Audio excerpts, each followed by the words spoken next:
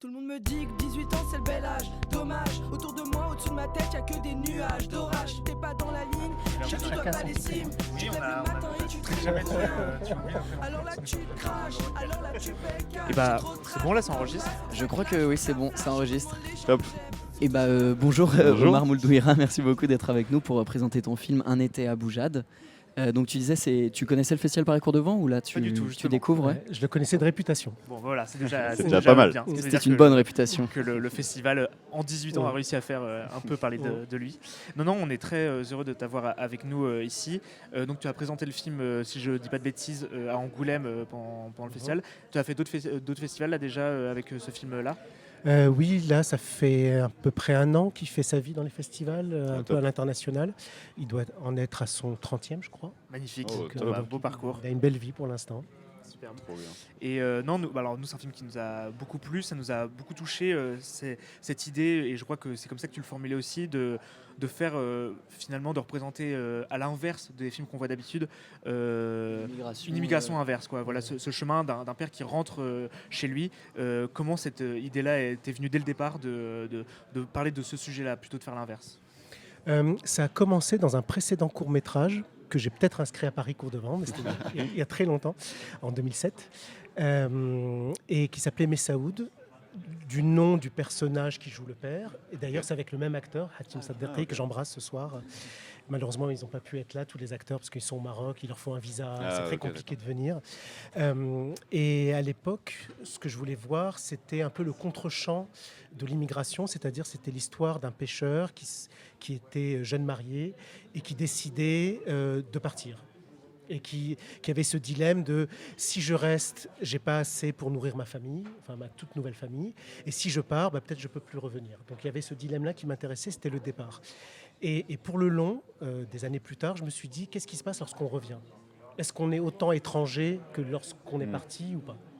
Et qu'est-ce qui t'a fait du coup choisir de raconter ça du point de vue plutôt de l'enfant cette fois-ci, donc d'un jeune enfant? C'est une très bonne question. Dans tous les films que j'ai fait avant, à un moment ou à un autre, il y a toujours question d'identité. Et j'ai fait pas mal de films avec les enfants, dont un documentaire pour Arte. Et ce qui m'a intéressé, c'est... J'ai fait un film d'un enfant qui a 6 ans, donc ça parlait de l'enfance. Et là, je me suis dit, je vais passer à la tranche 12-13 ans. Et je me suis dit, à cet âge-là, on est en train de changer, notre corps change, on commence un peu à muer, à avoir des poils, à être un peu différent, etc. Et on devient quelque part étranger à soi-même. Et je me suis dit, qu'est-ce qui pourrait se passer pour être un peu plus original, parce que les films sur l'immigration, il y en a beaucoup, si je pouvais mixer cette problématique du changement par rapport à soi-même et de la quête d'identité de quelqu'un qui revient dans son pays d'origine. Et sur les, il y a quelque chose aussi. Alors, c'est peut-être que c'est nous qui réinterprétons, mais de l'ordre très intime. En tout cas, on sent aussi beaucoup de références qui sont amenées, et on sent que peut-être il y a des choses que tu as peut-être vécues ou pas du tout. Est-ce que c'est vrai? Il y a des choses que tu as vécues qui sont représentées à l'écran. Peut-être par rapport au lieu aussi, le choix de Boujade. Est-ce que c'est une... Alors, c'est semi-autobiographique. Donc je vous dirai pas ce qui est vrai. Oui, non, bien sûr, oui. On veut tout savoir. On coupera. Est-ce que je suis un voleur? On va être obligé de te dénoncer. Est-ce que je regarde les jeunes filles à oui, travers Alors ça, non. Alors ça, je sais pas. En fait, figurez-vous que le projet est né de cette image parce que j'étais englué dans un autre long métrage très complexe d'un point de vue narratif et financier, etc. Et je m'en sortais pas. Et un jour, je me rappelle, dans un café parisien, j'ai eu ce flash. Qui rappelle beaucoup, d'ailleurs, une de mes grandes références, c'est Il était une fois en Amérique. Vous savez, quand Robert De Niro, âgé, revient voir Nemo, Mo, dans sa taverne, et qui regarde à travers le petit trou, et qu'on passe, il y a un magnifique flashback, on va dans le passé, il voit Jennifer Connelly quand elle était petite, et après on passe dans le passé, et il y a ce petit regard comme ça, à travers le trou, à travers une petite lucarne, et c'est un film que j'adore, qui me passionne, qui est pour moi une référence absolue, et à un moment je me suis dit, tiens, je pense avoir vécu la même chose, je ne sais plus si c'est un fantasme, si c'est un souvenir, si c'est la somme des deux, mais j'ai l'impression que ça peut donner du cinéma. Parce qu'il y a une histoire de regard, de voyeurisme, il y a une histoire d'ambiguïté, d'ambivalence, parce que le personnage à ce moment-là, il déteste cette fille parce qu'elle lui a causé des problèmes, et en même temps, cette image un peu sensuelle déclenche en lui un sentiment trouble du désir, et il ne sait pas quoi en faire, parce qu'il n'a que 13 ans. Et je me dis, qu'est-ce qui peut se passer à partir de ça, quoi ? Et le projet est né, j'ai brodé autour de ça. Et bien sûr, il y a des choses personnelles dans le retour au pays. Justement, en parlant des références, tu t'instilles dans ton film des références temporelles pour un peu nous situer. Pourquoi tu t'es tourné sur ces choix-là, par exemple le Walkman, le Pims ou même les affiches de cinéma qui sont très... ça nous amène direct dans une époque très précise, quoi. C'est passé par toutes les étapes. C'est-à-dire que dès le début, je me suis dit oui, il faut que ça se passe dans le passé. Si ça raconte un peu de mon histoire, j'étais adolescent dans les années 80, donc ça devrait parler du passé. Puis après, vous savez, dans les films, le nerf de la guerre, c'est l'argent. Et quand vous dites à un producteur, ça va se passer dans les années 80, tout d'un coup, il y a un rapide calcul. Il se dit, oula, ça va coûter très cher. Donc, à un moment, j'ai écrit pour faire plaisir à mes producteurs, et ça se passait plutôt dans les années 2000. Sauf que ça ne marchait plus. C'est-à-dire qu'à un moment, la non-honnêteté d'un récit, même s'il est semi-autobiographique, a déteint de manière très négative sur le scénario, sur le projet. Comme quoi, il faut toujours être honnête. C'est intéressant de voir que quand on essaie de basculer, finalement, des fois, il y a des choses qui paraissent évidentes. Et en plus, finalement, dans les décors sont assez peu chargés. Finalement, il y a justement, comme tu disais, quelques objets qui nous ancrent dans cette époque-là. Mais le reste des décors, la maison, il y a quelques objets, la machine à coudre, peu de décors autour. C'était aussi un moyen d'ancrer dans cette époque avec uniquement quelques objets comme ça, ou c'était aussi un choix de mise en scène C'est les deux. C'est-à-dire que, bien sûr, quand on a les moyens, on a envie de faire une reconstitution historique parfaite. Plein de voitures. Exactement, des plans très très larges et tout. Mais je me suis rendu compte, parce que quand je vais au cinéma et que je vois des films d'époque, que les films qui sont très très très marqués, avec beaucoup de budget pour montrer qu'on a claqué tout le budget dans la déco, et la reconstitution, parfois ça sonne fake. Bizarrement, ça sonne faux. Et les films un peu, on va dire un peu moins prétentieux, où juste on distille comme ça des petits détails, bizarrement ça fonctionne mieux parce que ça fait appel à l'imaginaire du spectateur. Et ces petits détails, on les retient mieux que s'il y avait foison de reconstitution. Et en parlant de petits détails, il y a notamment ces affiches d'Emmanuel. Alors justement, nous on avait une anecdote même par rapport à ça. Anecdote Dimitri. Le grand-père de Dimitri était l'affichiste en France d'Emmanuel. Alors les affiches de France. Donc, je vous dois des droits d'auteur. Non, c'est l'affiche française. C'est un dessin mais je sais pas. Du coup, j'avais l'impression que c'est une affiche quand même qui était assez provocatrice à l'époque. Très connue. C'est un film qui vous a marqué. Justement, il y avait quelque chose par rapport à ce film-là précisément.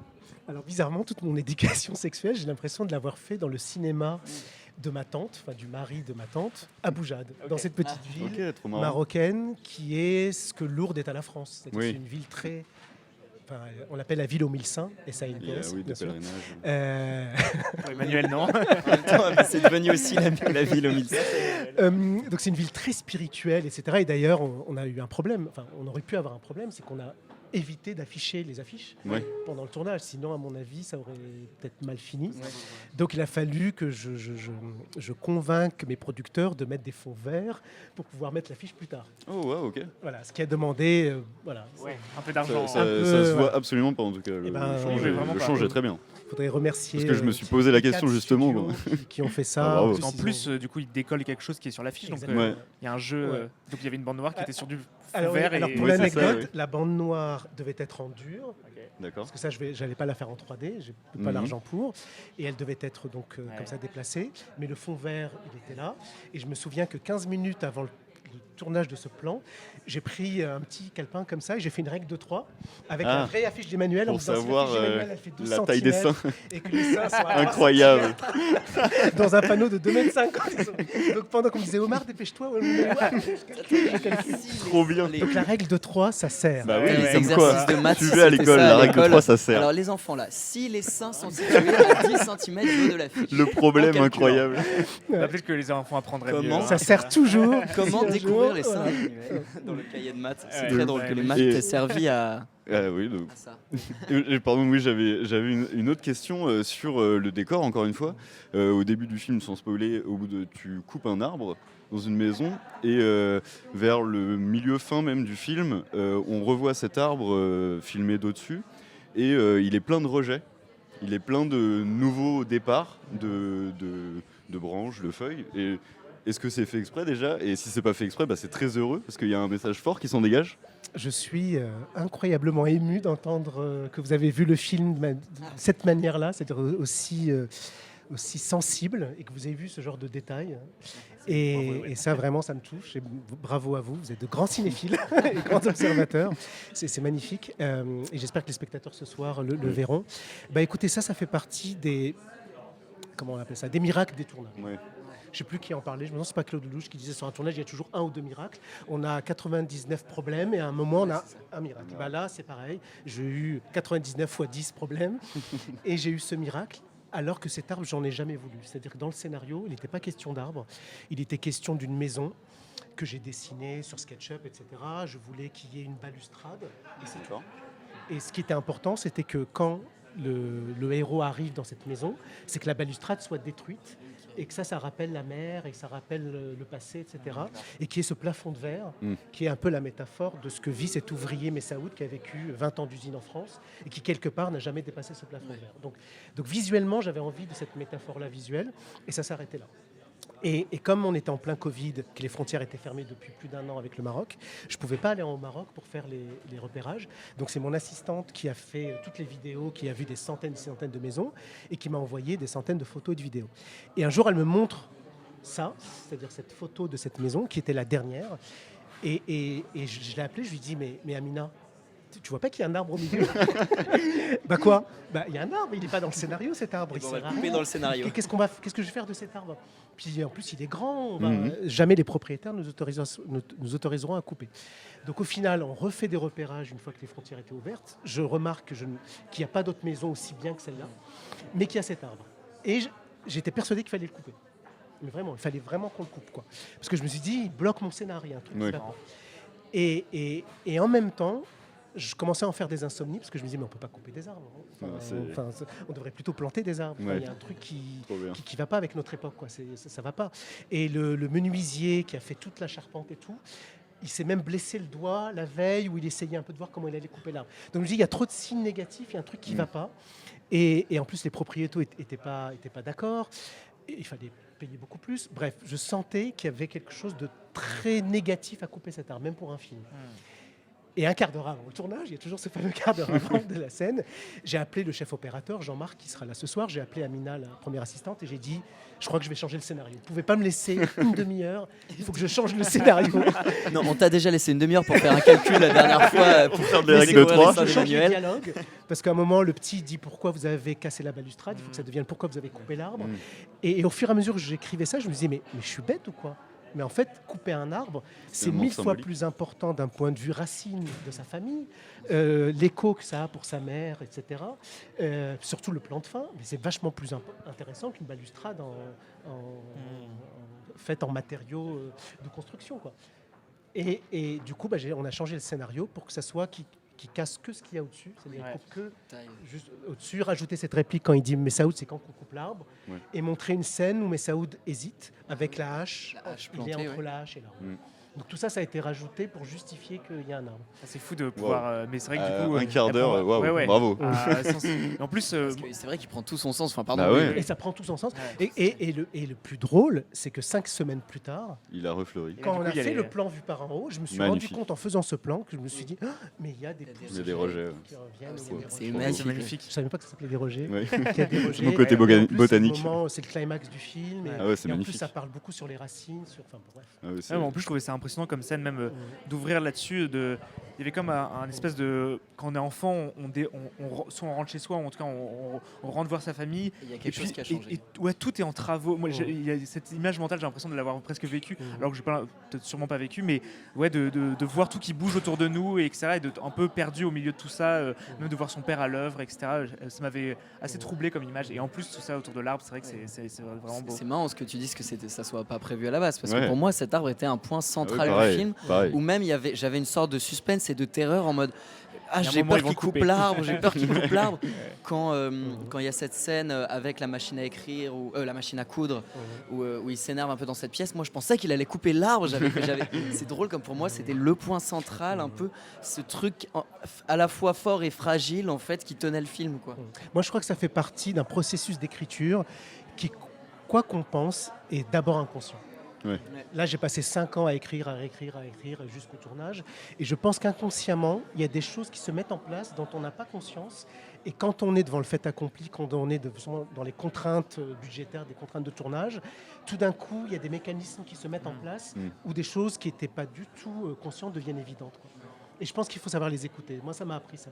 Ça m'a appris que sur un tournage, il faut écouter un peu cet inconscient. Et surtout, quand il faut accueillir les contraintes. Et c'est peut-être grâce au documentaire que j'ai fait juste avant pour Arte qui m'a permis d'être toujours à l'affût. Aussi parce qu'avec les enfants, par ailleurs, en parlant de contraintes, ça peut parfois être des contraintes de tourner avec des enfants. Là-dessus, ça a été simple, ça a été très complexe. Très complexe. Très complexe. Encore une fois, on était en plein Covid. C'est-à-dire que malgré que les frontières soient ouvertes, je me souviens entre le moment où les frontières se sont ouvertes et le moment où le tournage a commencé, j'ai eu 14 jours de préparation. Ah ouais. Pour vous donner un ordre d'idée, le court-métrage que j'ai fait quelques années avant, qui est un court-métrage de 30 minutes, j'ai eu 3 semaines de préparation sur place. Donc, vous demandez à n'importe quel réalisateur un long métrage, 2 semaines de prépa, c'est impossible. C'est complètement absurde, je ne sais pas comment on y est arrivé. Et si vous rajoutez les enfants, il faut multiplier par 2, ou par 1,5, par 2, il y a un coefficient, quoi. Et si vous rajoutez 44 degrés à l'ombre... important à prendre en compte quand même. Donc ça fait, c'est clair. Le film existe qu'il existe et que ce soir il soit projeté à Paris-Cours-de-Vent, c'est un peu un petit miracle. Et qu'on en parle comme ça. Top. C'est génial, on est tous très contents de ce miracle et c'est vraiment hyper intéressant ce que tu dis sur l'écriture qui continue jusqu'au tournage, qui continue de manière inconsciente avec les imprévus qu'il faut savoir accepter et improviser autour. Nous, il y a une question qu'on pose au réalisateur Rhys qu'on reçoit, c'est les 18 ans du festival et on aimerait bien te demander justement à 18 ans, toi, si tu t'en souviens un peu, si tu te souviens de films qui t'ont marqué à ce moment-là et toi, à quel endroit t'en étais de ton envie de faire du cinéma? Est-ce que c'était sûr? Est-ce que tu commençais à réaliser des choses? Est-ce que pas du tout, tu savais pas du tout que tu voulais réaliser des films à ce moment-là? Comment étaient tes 18 ans? Oh là là. Alors 18 ans, c'est quand que j'ai eu 18 ans? Il faut calculer, il faut faire des calculs. Demander l'année de naissance, mais du coup ça se fait pas. En quelle année vous aviez 18 ans? Je pense que j'ai toujours été cinéphile. Très cinéphile, même cinévore. Voilà, les cassettes VHS chez moi, à la fin je pouvais plus voir. Parce que c'était usé. Très très usé. Retour vers le futur 1, je crois que je l'ai vu 500 millions de fois. Top. Trop bien. Voilà, le jour où Retour vers le futur 2 est sorti, je le regardais par tranche de 10 minutes pour garder. Oh, trop bien. Voilà, la scène où il lui écrit au tableau pour lui dire oui, il y a deux alternatives, etc. J'ai dit attends, stop. Je vais aller manger un bout. Et après je me replonge dans la je me replonge, voilà. Terminator 2, voilà, je me demande si j'avais pas 18 ans quand Terminator 2 est sorti. C'est quoi, c'est 80? Oh, wow. J'ai eu mon bac en 91. Ouais, c'est ça, 80. Ouais, voilà. 92. Et je pense que j'en parlais tellement de ce film qu'à l'école on m'appelait T2. Ah ouais. Et d'ailleurs quand j'allais au tableau qu'il y avait une équation T1 plus T2. 91 Terminator 2, c'est ça. 91. À 18 ans, j'ai vu Terminator 2 qui m'a donné la claque de ma vie. D'où ce film, d'où était Abu Jad. D'où elle était à Abu. Il y a beaucoup de James Cameron. Beaucoup de robots. Surtout les poursuites. C'est trop bien. Les poursuites, c'est vrai. Trop bien. Et donc c'est cette cinéphilie-là qui t'a donné envie de faire du cinéma. Beaucoup Spielberg, bien sûr.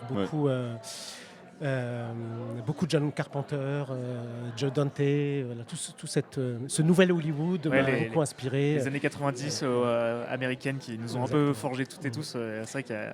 Sauf que alors que pour ce film, non, j'ai dû convoquer une autre cinéphilie pour pouvoir faire ce film. C'est-à-dire que je suis allé regarder toute la trilogie d'Apu de Satyajit Ray. Enfin, dès qu'il y avait des films avec des enfants. Qui vient de ressortir par ailleurs. Qui vient de ressortir, voilà, donc c'est magnifique. Bien sûr, Où est la maison de mon ami de Abbas Kiarostami. Et les films d'Abbas Kiarostami, le château de ma mère, La gloire de mon père. D'ailleurs, il y a beaucoup de références à La gloire de mon père. Je vous laisserai les voir. Stranger Things, sur l'amitié, etc. Voilà, donc c'est beaucoup de séries, beaucoup de vieux films et de films plus récents qui traitent Stand By Me, par exemple, sur justement l'aventure, etc. Bon, merci beaucoup Omar, c'était un plaisir de pouvoir discuter avec toi. On te souhaite surtout une très belle séance ce soir. Il a déjà été projeté le film, tu dis de trentaine de festivals. Cinémed récemment. Cinémed, effectivement. Tu continues la tournée. Et on espère encore d'autres festivals après ça. On espère une longue vie encore pour En été à Abu Jad. Merci à vous. Merci beaucoup. Alors là tu craches, alors là tu pécaches. J'ai trop de rage d'être comme Max, faut que ça clash, faut que ça flash. Heureusement les gens que j'aime sont toujours à fond, toujours là, toujours chiant, toujours cul, toujours à s'inquiéter pour moi. que l'urgence du cinoche qui fait que la vie rebondit plus vite. Y'a que l'urgence du cinoche qui fait que la vie rebondit moins moche. Moi je vous dis que 18 ans c'est le bel âge. Sur plage, sur fond vert, faux gazon et faux sang. Moteur, ça tourne. Annonce, clap, action. Belle